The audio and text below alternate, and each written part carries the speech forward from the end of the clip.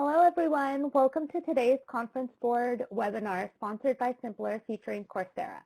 Thank you for joining us for today's webcast, Supporting Organizational Hypergrowth with a Powerful Intranet. My name is Hani, and I'm here with Simpler as today's moderator.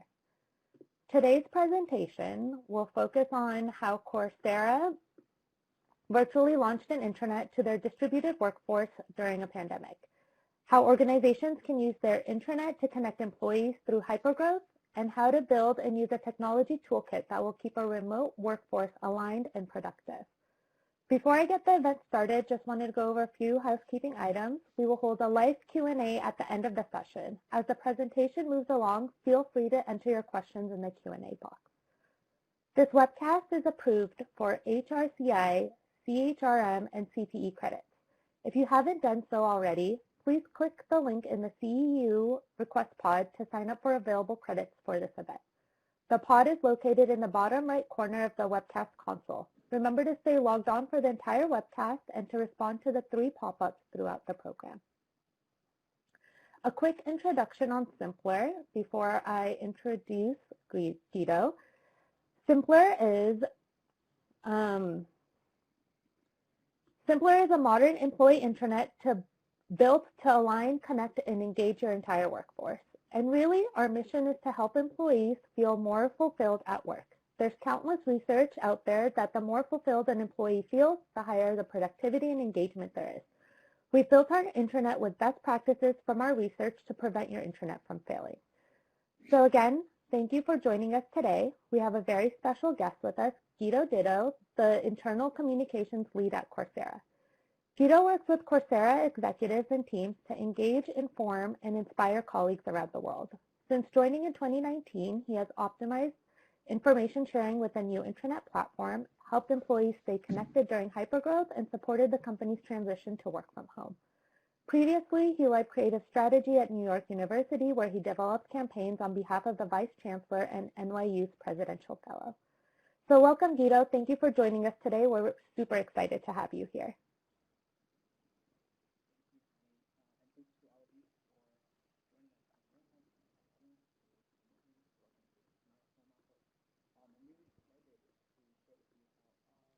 Thank you, Hani, and thanks to all of you for joining us from your homes, I assume. If you're working remotely, welcome to my home office. I'm really excited to share with you how our internal comms team has helped the company's hypergrowth over the past year, and a major way we do that is with a modern intranet platform. So that'll be the key focus of our presentation today. So Coursera is, if you're not familiar, we are an online learning platform that offers anyone, anywhere access to online courses and degrees. Right now, we have around 72 million learners on the platform, and we partner with more than 200 universities and companies around the world to bring content to learners. So I want to get a good idea about how familiar you all are with Coursera. So let's launch a poll question. And see, you should see a poll on your screen now. And so yeah, let us know if you've taken any courses on Coursera. Let's see, we have a few questions coming in.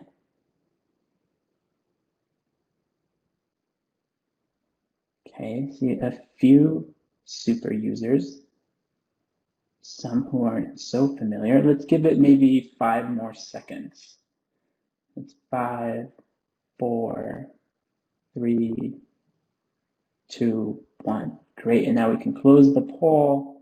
So yeah, nice. As we see, we can reveal those answers. We have a few of you have not taken any courses yet, and I imagine if you're in this webinar, you are interested in learning about HR processes, business communications, and we have a lot of those courses on the platform. So shameless plug for Coursera there. there are a few who are sort of like super users, have taken a lot of courses, so that's great to know. So I'll give you a little bit of background about our company and then be able to dive into what we did with our intranet. So Coursera was founded in 2012, about 8 years ago. And when we were founded, there were 28 employees of the company in one office. And information sharing in this instance is really simple when you can fit all of your team in one room.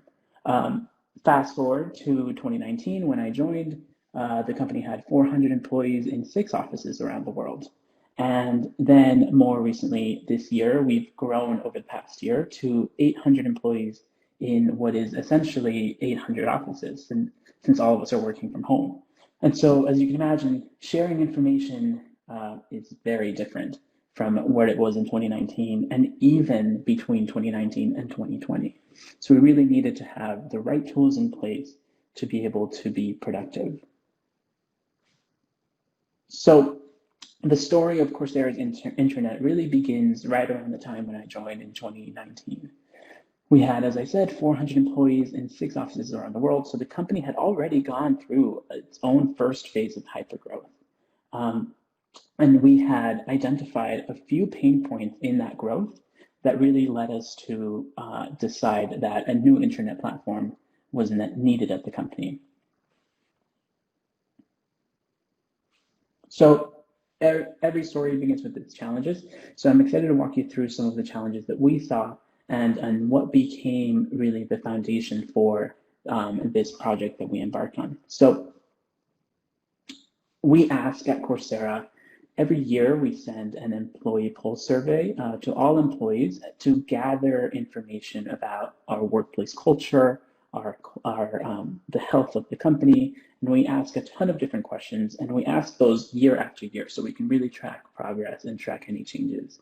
And in 2018, the survey revealed that we had started to see a lot of challenges with employees finding the information they need to do their job effectively. I mean, you can imagine that going from maybe 200 employees to 400, right? Information then becomes really decentralized, and some of it is institutional knowledge inside your colleagues' brains.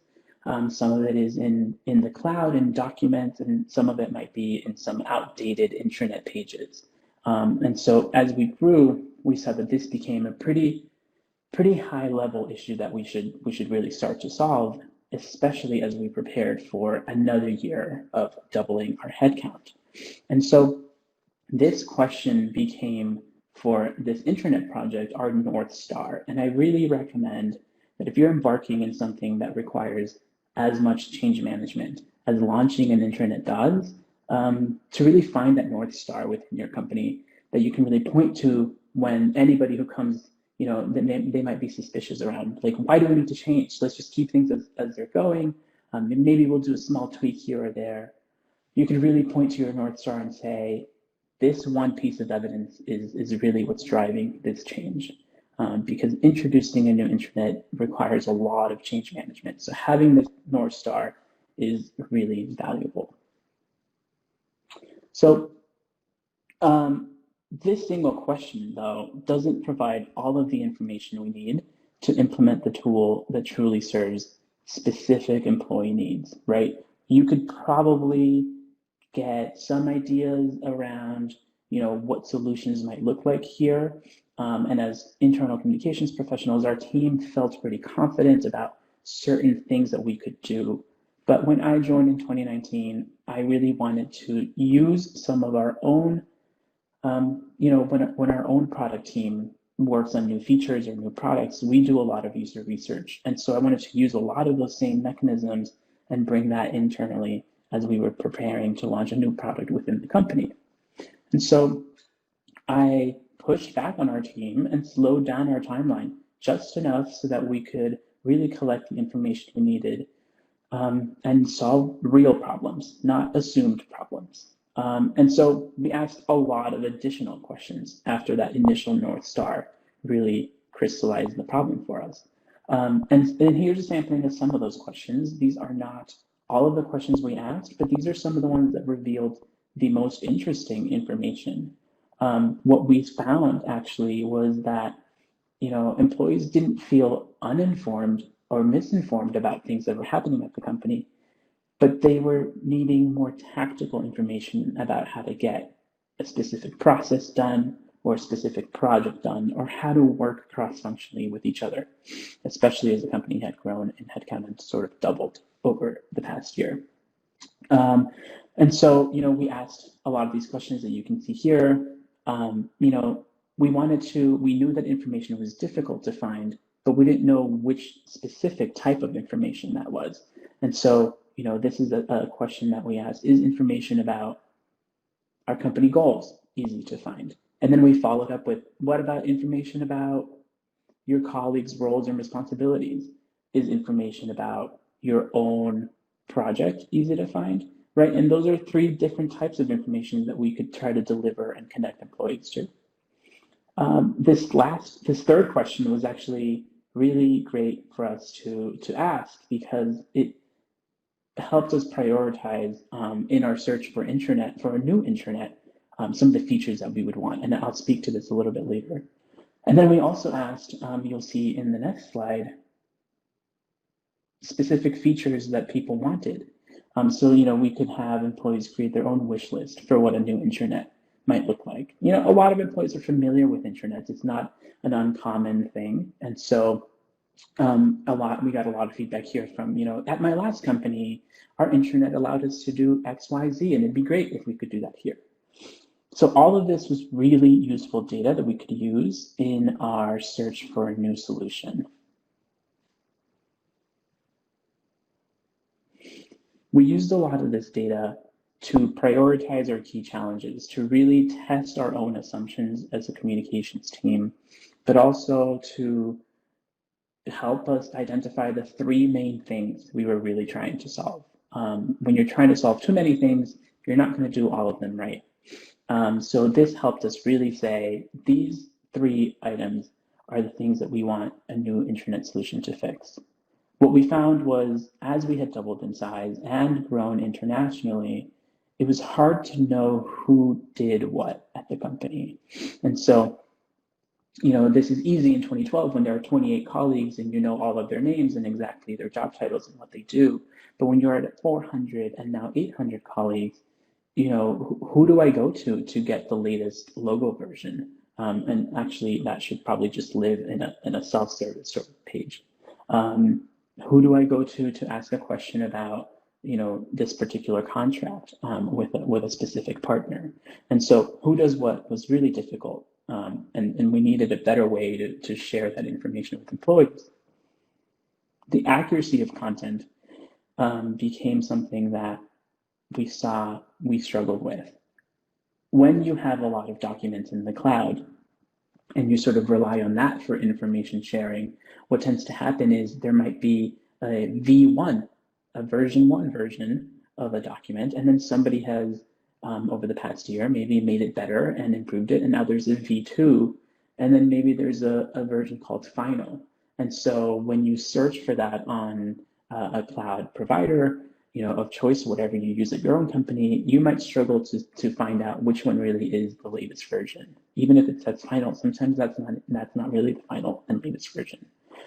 And then lastly, we had multiple destinations. I mentioned a cloud provider. You could search for documents in the cloud.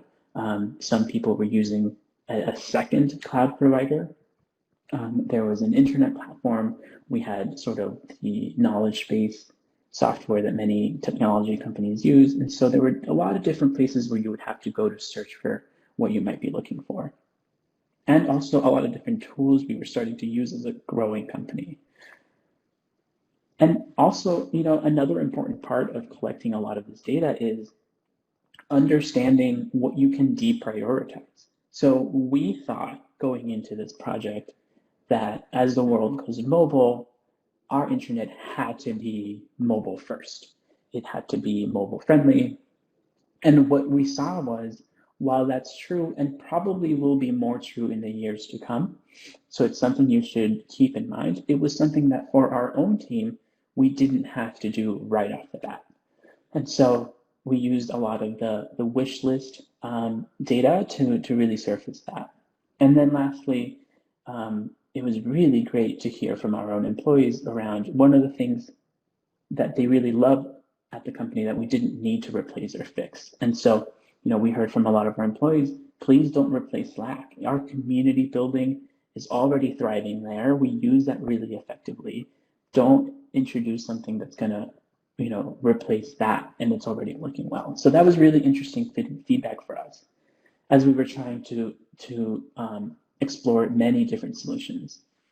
So when you're looking for solutions, you have a lot of this data, you have your North Star, you have your own ideas about what you want to do and what you think will work well at your company based on your culture and the way that your company works. And you have, your priorities and your non-urgent list of items. So you start to go out in the world and look for vendors. And this is when it's really useful to have had enough research and enough data to know what you really need. Because in the world of intranets, really in the world of any software solution, there will be many players in the market. And it's easy to get lost in comparing between the two. It's hard to put them side by side at times if you don't have enough of the work done ahead of time. And also it's easy to go into a demo and become really impressed, right? That's the person's job. The salesperson's job is to make that demo really awesome. And you'll ask, like, can your platform really do this? And they'll say, yeah, sure, yeah, I'll show you how. And so it's really great to have a strong foundation for what exactly you're looking for, so that you're not sort of led in one direction over another during a demo. So this was our own process, right? So I mentioned we identified our goals. We used that survey to really turn insights into decisions and priorities. We quickly used those results to align with our sponsors. And this is our executive sponsors, who have a pretty big sort of stakeholders in sort of a role in making the decision for what will be great for the company. They each know how their teams function. They have interesting insights into where their own pain points are. So you want to get them involved in this process pretty early on. Our partners, so I always say introducing a new intranet, maintaining an intranet platform is not the job of one single person and not the job of one single team. And so what was helpful for us was to identify those people who would be critical stakeholders at implementation, during launch, and even beyond, and get them involved really early on. So these were colleagues from our engineering team, colleagues from our HR team, colleagues from legal and finance, and they were part of this process as well. So they can have a sense of ownership from the beginning. And then lastly, once you have all of that, you can really start to have those deep conversations with vendors. And as I mentioned, you might come across a lot of different options, and having all of this lined up will help you say, I appreciate your demo. This is really not going to work for our company. I'm not really going to waste, my 15-person team's time in evaluating the demo or diving deeper into your platform. So having a lot of this will really expedite. So I mentioned we had our priorities and we had that research, and we developed a scorecard to be able to evaluate all of these different options side by side, really fairly and objectively. And this sort of came for us in the middle of the process, when we had gone from around 15 to 20 different options that we were all looking at and really curious about, and said, we really need a systematic way to narrow down this list in a fair and really aligned way that will match our own specific needs. So we developed this scorecard, and this is pretty high level, right? So these are sort of the priorities that we identified based on that research that I shared earlier. Mobile friendly is on this list, but pretty low on the list. And then, to be even more granular, each of these 5 domains had very specific sort of subdomains that made up that bigger bucket. So for example, what we identified as important aspects of a good employee directory included, that first cell here, which is the user profile includes the name, the title, their person's location, and a photo. But that's pretty basic and that's really useful. But we also wanted to add extra fields like, do you know additional languages? What other skills might you have? What we actually added to this was employees can put their own pronouns, right? So their preferred gender pronouns. And so that's a really great way to support our diversity strategy as well. Other parts of the employee directory that were important to us was that it shows your manager. Who is your manager? Maybe who reports to you? Can this employee directory really create a really powerful and robust org chart? So I have a more visual representation of who works for who and on what team. So each of these domains had very specific sort of items that we wanted to meet that would create a really strong solution for us. And you can see how we used an Excel spreadsheet here to say, does it have this? Yes or no? And if it did, it sort of got a point. If it didn't get a point. And at the end of it, if you were to scroll down on this spreadsheet, you'd see that, the score for each of these options. So we were able to use the score sheet to evaluate we started with around 15 vendors, we narrowed that down to around 8, and then from those 8, we chose, the 3 that were really strong, and then use this score sheet to very clearly say, we have a clear winner, and that winner aligns to exactly everything that we need at our company. And that winner for us was Simpler. It served our own specific needs. We had identified those early on, which was really useful. It scored the highest on our platform score sheet, and one of the features I mentioned to you that was really important based on our research was, can I really trust that this content I'm reading is accurate? And one of the features that stood out for us with Simpler was this content governance engine, which we have set it so that every 6 months, it nudges the author of the page to validate the accuracy of this content. We didn't really see great solutions for this in many of the other vendors we had evaluated. And so for us, this was sort of a game changer. I believe on Simpler, you can change that cadence to every 6 months, maybe just every year. But because our data showed that employees had this sort of content accuracy mistrust, we wanted to make sure that we routinely ask content authors to validate that page. And that role, the validation can happen by the author, it can happen by a site manager. It's a really powerful tool that has kept our content really up to date. So in addition to meeting all of our very specific needs, 2 things stood out from Simpler's offerings and features that just sort of took it above and beyond. And I want to share those with you because we really love these, and I talk about these to anybody who I can. So newsletters were really interesting because we were evaluating separate solutions or separate software to be able to send newsletters to employees. And so to be able to integrate those into one platform felt really efficient for us. And this allows us to send newsletters to employees with maybe the top 5 pages they should read this month, and be able to track how many opens this newsletter has received, how many click-throughs. And so it gives you that insight into, okay, maybe we should change the cadence from monthly to bi-weekly so that the pages are a little more relevant. So that's a really useful feature we love. And this one, similarly, we were evaluating a separate tool to be able to empower our own employees to be social media advocates for the company. And all these other tools we were looking at were very costly, but it's a pretty valuable thing to be able to have employees share content frequently. But when we demoed with Simpler and they showed us that social campaigns feature is built into the platform, which allows employees to share social media content with one click that specific, content curators allow employees to share, we were pretty blown away. So this just sort of put it over the top as our preferred platform. A really interesting story here is right at the start of the pandemic, we had Coursera started to offer free access to students and campuses around the world. And one of our employees shared a news article about this that came from our social campaigns tool.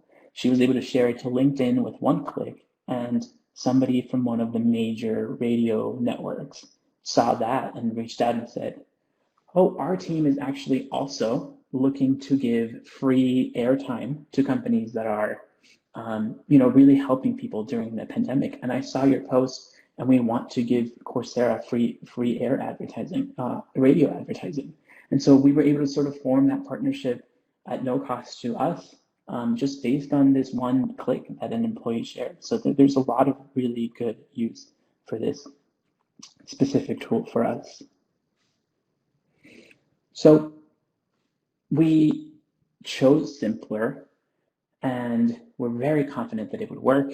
And very quickly, we're connected to a customer service or a customer success manager to start to work on our implementation and launch plan. And this was all happening right around November, December, January. So November, December of 2019 and January 2020. So we were developing our launch plan. And I'll walk you through each of these steps, but you can probably start to sense what happens and what disrupts our plans towards the end. One of the things that was really powerful in our introduction of a new intranet, as I mentioned, introducing something like this can be really challenging within a company. And so it requires a lot of change management. And one thing that really helped us was that this became a company priority early on, and it was talked about as a company priority by all of our executives and any chance that we got. Because it came from the employee pulse survey, it was listed as one of the 4 main company actions as a result of that survey for that year. And so we commit to company actions as a result of our survey, and then start to assemble teams to work on solutions for them. So this had high visibility from the start. Once we were getting close to implementation, the launch of a new intranet was added to one of our company OKRs. And if you're not familiar, these are objectives and key results. And we have company OKRs, which are sort of the major things we're going after as a company, anything from product to our business to within the company. And we have company OKRs, and individuals have individual OKRs that they're working on. So this list also has really high visibility. Being a part of this list not only put pressure on us to deliver, but also let everybody else know that this was something we all had to adapt to and accept pretty early on. So, in addition to having this sort of foundational prioritization, we also engaged employees with a naming contest. And if you Google how to launch an internet platform, doing a naming contest is like one of the top recommended things to do. So this is not groundbreaking, but very useful and a very great way to, again, allow people who will become daily users of this to be involved in the process early on. It's a very low lift way to engage people early on and sort of get their buy-in. Our naming contest saw more than 100 suggestions, and then we narrowed that list down to 10 really great ones. And then the team that had vetted the internet platform throughout this whole implementation process voted and chose the winning name. And then as we were getting closer, we had a name. We wanted to reveal it. We also wanted to start to tease some of the benefits and some of the features that we would be able to implement and introduce to the company. And so we did a lunch and learn presentation. At Coursera, we call these team talks. They are during lunch. And so we revealed the name at that presentation, teased some of the benefits that employees would be able to leverage when it launched. And then we got to launch time, and this was scheduled for March 14th. And just the week prior, our company went to mandatory work from home. So all of our in-person events and workshops and fun ways to get employees to really keep the internet top of mind and to really start to dive into the internet had to be scrapped and rethought. So we launched with an email, which doesn't sound as exciting, and it definitely, was a bit of a bummer for the team, but we could see that it just meant that a lot of that work that we had planned for launch week just had to be spread out throughout the upcoming months. But a really useful thing that we could leverage was the data that we collected early on. So here's yet another benefit of being able to collect all of that data that you did, all the work early on. In introducing the intranet, we were able to highlight those data points to make a logical connection and sort of, connect with employees that this internet platform was built on their own data and their own needs so that we could serve their needs and not just sort of generic needs that were assumed. So the launch email had very clear actions. We just had 3. So log in via SSO, take a product tour, and complete your profile. Those are pretty simple steps, and that's how I recommend you do a first introduction of the platform. Very low lift way for employees to start to poke around and get to know your tool. Luckily, Simpler has a built-in product tour, so the first time you log on, it starts to guide you sort of the way that when you first download an app on your phone, it gives you that slideshow of the 3 main things you can do on the app. And so that's a really great way for employees to get to know all the different aspects of the tool. And then completing the profile was really important because, we had seen in research that employees didn't really know who did what or who was who. So we were able to say, this is something that was a priority from you that you told us was important. And so now we can make this dream come true for everybody. And in addition, once they came onto the platform, they could sort of poke around and see, oh, here's the user guides. Here's a template for how I might be able to create my profile. When we encouraged employees to create their profiles, a lot of them thought, I don't really know what to say. In addition to the pre-populated fields, there was sort of like an about me bio description field. And I heard a lot of feedback that employees were sort of like, maybe I don't think I'm that interesting, or maybe I'm just not really sure what to write here. We're familiar with how to do that on platforms like Facebook or Instagram, but when it comes to being inside work, this sometimes might be new to people. And so we shared a very simple template and just a recommendation. We are a learning company, and so we asked employees to not only describe what they do at the company, but maybe what courses they have recently taken, what course they might plan to take in the future. Just any way for employees to get to know you on a more personal level.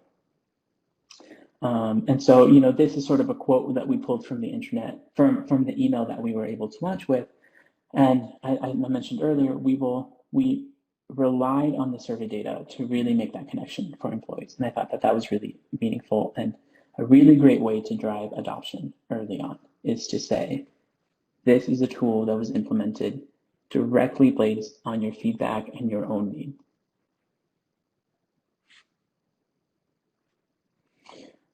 So now that we've launched, I mentioned we launched via email. And so one of our challenges was, how do we continue to keep this top of mind for our employees? And what I actually found was this is happening organically at the company. So when we transitioned to mandatory work from home, we also began weekly cadence of our company meetings. We used to meet monthly, but we started to meet weekly since we couldn't really have those other interactions that were more casual at the office. And so, I started to see that a lot of our meetings, people would say, we have specific presenters, and they would present on maybe our international content strategy or a new product launch. And they would be able to share a few slides and then say, for more information, just go to Nova.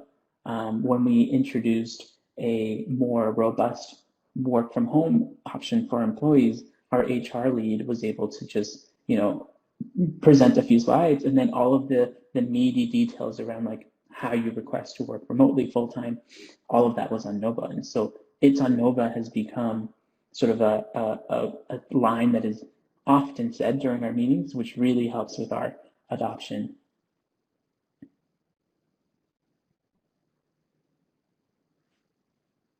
And so when we point people to Nova, here's a screenshot of our homepage. This is what you would see when you first get to the platform. We're able to put on our carousel some of those topics that people might have mentioned in the meeting, right? Some of the more important things we want to promote at the company. And so if somebody says, at a weekly meeting, they say, our Makeathon is happening next week, get excited for all of the different events that you can attend and all of the different projects that you can work on.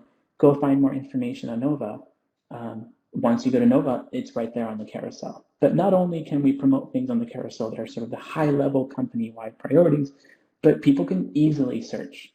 So just next to the Nova name, you see the search bar here, and that's a really powerful search that, you can search people, content, files, events, all from one bar, which has been really useful for us. And so we, as I mentioned, adoption was really important. Obviously, it's our key metric. And we were able to drive adoption pretty organically during our company meetings, but also with routine follow-ups with employees. And so we'll promote different things on Nova that are exclusively there. And a lot of our content has migrated over. And so that's what's driving a lot of our adoption. One of the things that I'm not diving into here too much is the actual migration of content from old platforms to the new platform. That's probably a whole other hour of content. But as I mentioned, when you have your stakeholders involved from early on in the process, it really powers a really seamless and sort of all-in migration. So as the platform grows over the implementation period, we saw a really high number for adoption. This is average, 92% for the first 3 months of launch. So that's our goal was around 70% based on benchmarks that our customer success manager had given to us. And so every time we look at our adoption metrics, we're really impressed with how high our adoption has been.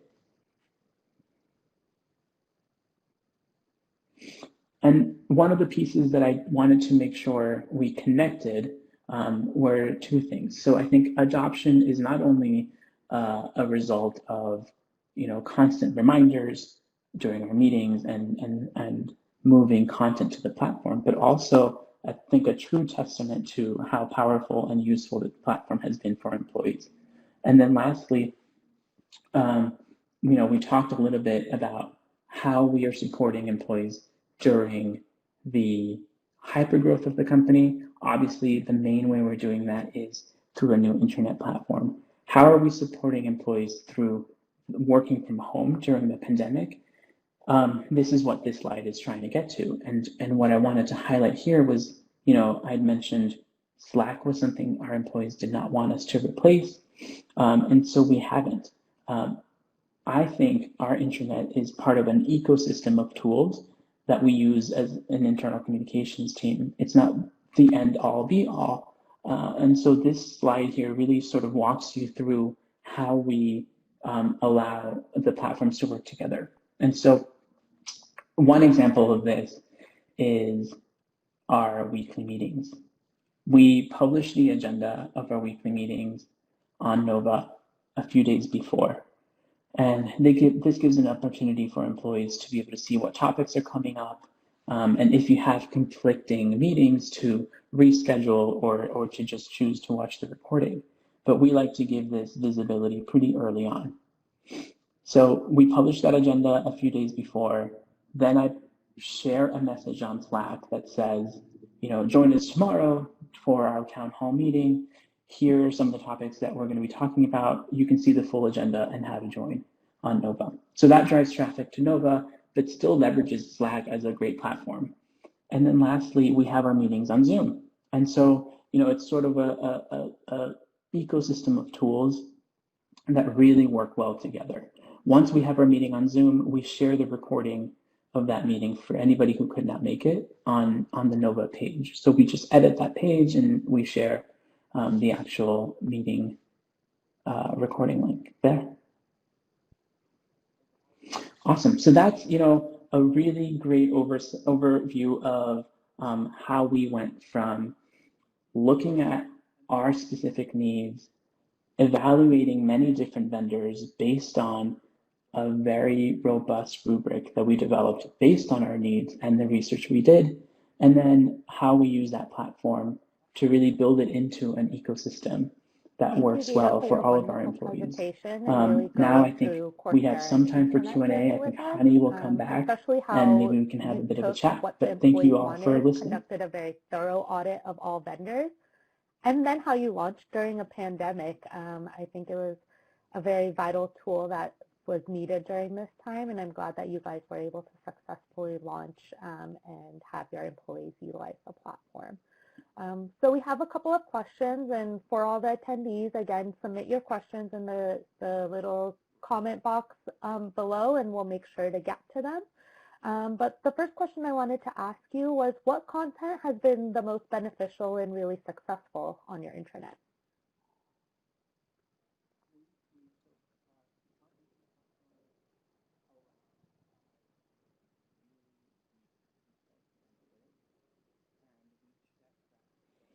We see, so our intranet platform allows us to look into really deep insights and analytics, and we check that very routinely. And what we have found is that, true to the feedback and the data that we gathered from employees early on, employee profiles in the employee directory are driving a lot of page views. And so, as I mentioned, we've grown so much, not just in the 8 years since we were founded, but just in the past year. Sometimes I don't really know who somebody who sends me an email might be, and I want to get more information about them or more context about their role. So I just look at their profile to see a bit more about them. So we have found that the directory and the whole people section of the intranet has been the most used.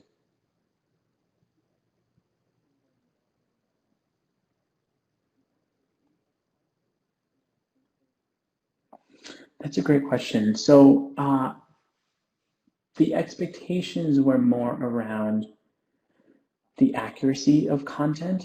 I think people tolerate different versions of content when you only rely on a cloud platform or a cloud solution or just a cloud-based file storage. Like we use Google Drive. And so, if I were to search what's our brand strategy, I might find many different documents on Google Drive. And I tolerate that because I understand the purpose of that. When we were introducing a new intranet, the expectation was if I'm searching for our brand strategy there, I have to see the latest version of it and a version that I could really turn around and really leverage for my work immediately. And so it had to be reliable. So reliability was for us the biggest bar to meet. We have found that the content validation and the content governance engine has been really great for us to be able to meet that need for our employees. Run by internal communications teams or HR teams. So I just wanted to find out, what role do other departments have in managing the Coursera intranet for Nova?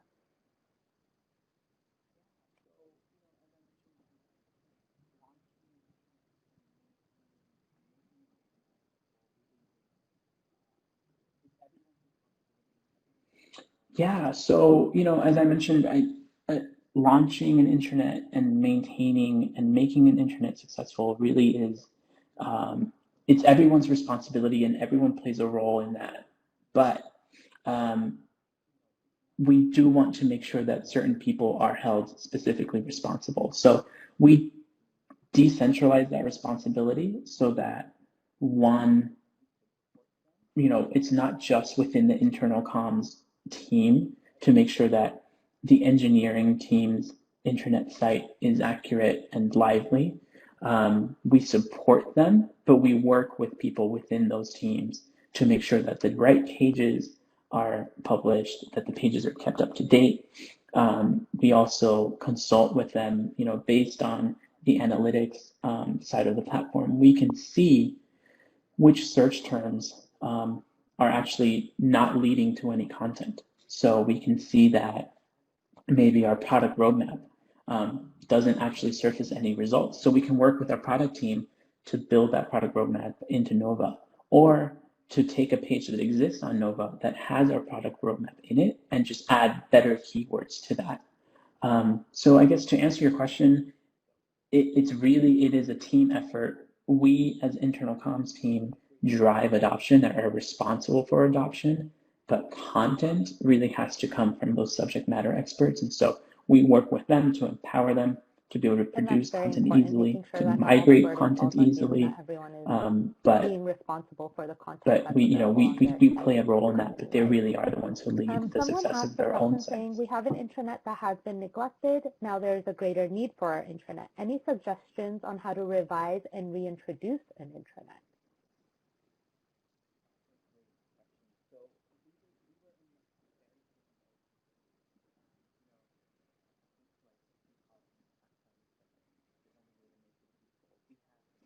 That's a great question. So we were in that very same boat. I hate to like keep calling out platforms, but it's the only way to make this useful. We were using Google Sites as an intranet, and it had worked pretty well for the first few years of the company, but started to be really clunky and outdated, and nobody really knew who was responsible for editing a page, because one page had content from many different contributors.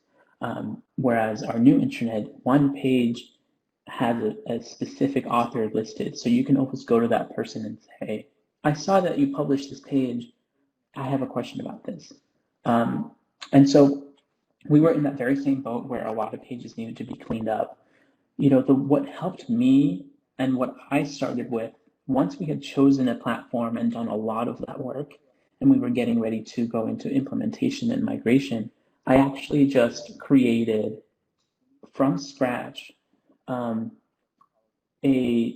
site architecture. So I said, okay, we know we're going to have a site on our intranet for each team. We need to prioritize that list because we can't get to all of those at once. And so we chose the teams that were very specifically sort of service teams. And by that, I mean, these teams really serve our employees. And so obviously you can think of HR and HR policies. Those things serve employees. Legal team and how to create and submit and approve contracts. Our legal team serves our internal teams. Our finance team and our accounting team, they're there to serve the company. Whereas, for example, the marketing team, they're there to create campaigns for our users and learners. So we were able to prioritize that, start with those teams that will serve employees, and then start to think about what pages employees will need to use for each of those teams. So it was actually, I don't know if this will be useful for everybody, but so I was able to say, okay, great, we're going to prioritize HR. What might an employee need from an HR team? So that's employee policies. What kind of content do they want to see? So that first exercise, I sort of ignored what we had. I just looked at what we would need. And then I was able to make a list for each team. You can just do this in a document and use bullets. And you can say HR, we would want to see employee policies. We would want to see benefits, perks, how to take time off. And then, so that's one part of the exercise. The second part was, and I'm very interested in actual data so that I can always test my own assumptions. So I went into our existing platforms and started to count page views for each of those teams. So, in our old intranet, I was able to see that which pages had the highest views for a certain period. You can set it for like January to December of 1 year. And then you can see, okay, great, this page has a lot of page views, which means a lot of people are viewing it and need to access it. So that gets prioritized in the migration. And so you can sort of use that data to revise or really inform that outline that you create at first, and then sort of combine those two exercises. I think part 3 of this is to acknowledge that there's a reason why your intranet fell out of favor. And that might vary for every company. But what you could do is really find out what those reasons are. It's very likely that the reason is just I don't trust the content on there. And so you have to build that trust up. And so if you were to just copy and paste that content into a new intranet, that's not going to solve your problem, right? People are still going to see the same content and be like, well, now I can't trust this one. And so the third part of this exercise is to look at that content and see how you can improve it and what you need to do to build up trust. I remember during our migration, obviously this takes a lot of time and a lot of resources. And so we had to secure additional resources. We had to work with an agency to help us audit some of the pages that we had previously and improve them. But if you have a bigger team, you can also do that internally. And then my main concern when we were launching was precisely that, right? When I go to the new intranet, I need to trust in the information that I see in those first five pages. If you're looking for because if I don't, then I'm just immediately going to write it off as yet another platform not going to solve our needs. So really, all three of those pieces are really important. Available on our website, simpler.com. Another question is kind of around the various tools that you have in your technology toolkit. So you mentioned that you guys have a very strong Slack culture. How have employees embraced the difference between the intranet versus having the Slack culture?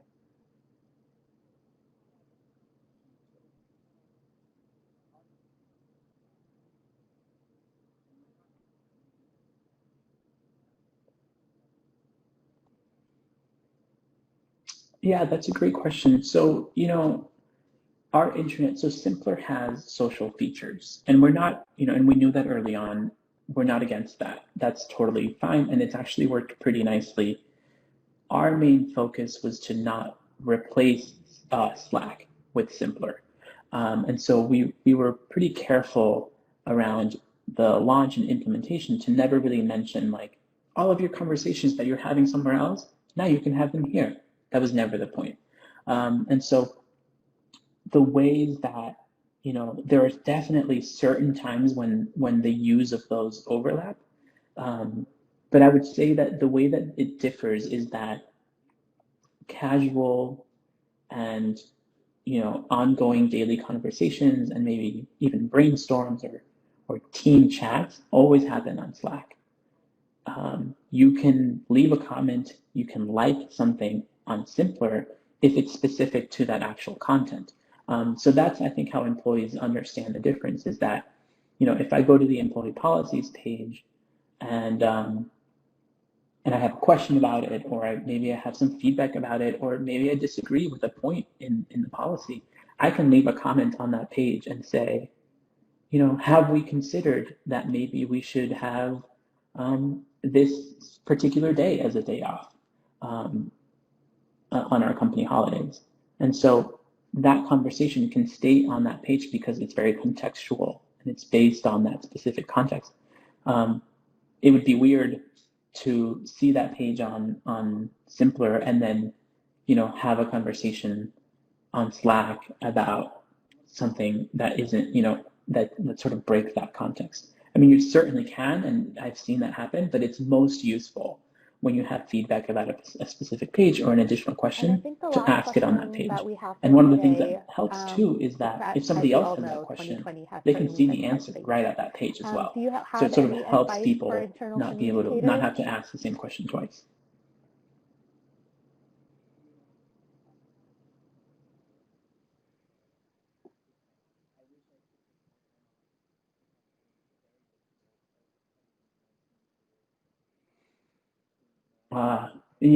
I think I'm going to be sort of hypocritical here and say, take time off. I wish I could take more time off. It has been very difficult as an internal communicator to manage many important issues and to be able to work with leaders to engage employees around those issues. And so it sort of feels like, because you care so much not only about your company and your teammates and these issues, you want to give it all of you. But there are definitely times when I realize like I just need to unplug. So being able to do that more often, I highly recommend. I need to take myself up on that. Yeah, I think just being able to do that, and then also I think I have found really useful just going out to people and having one-on-one conversations around what could we be doing better as a communications team. We're talking a lot about very important issues. So I'll go to people and say like, to the source, but then also how could we make our making sure that you're communications taking better time off around to this particular recharge. It topic? gets to be a lot of time, so making And sure that just you're learn there one-on-one from colleagues. So thank you again, Guido, for joining us and answering all of these questions. I'm going to hand it over to David from the conference board to share some upcoming webcasts and events. Thank you so much, Hani. If you enjoyed today's program, we have more upcoming webcasts that may be of interest to you. Click the links in the downloadable presentation to register for the following programs or visit tcb.org to see a full list of upcoming virtual programs. In addition, our Human Capital Insights podcast series is a great resource for talent executives wishing to address challenges and stay informed about current issues across the entire spectrum of human capital.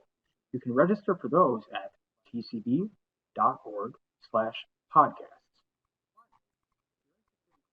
Finally, if you're interested in collaborating with the conference board to produce another great program like what you saw here today, please reach out to us.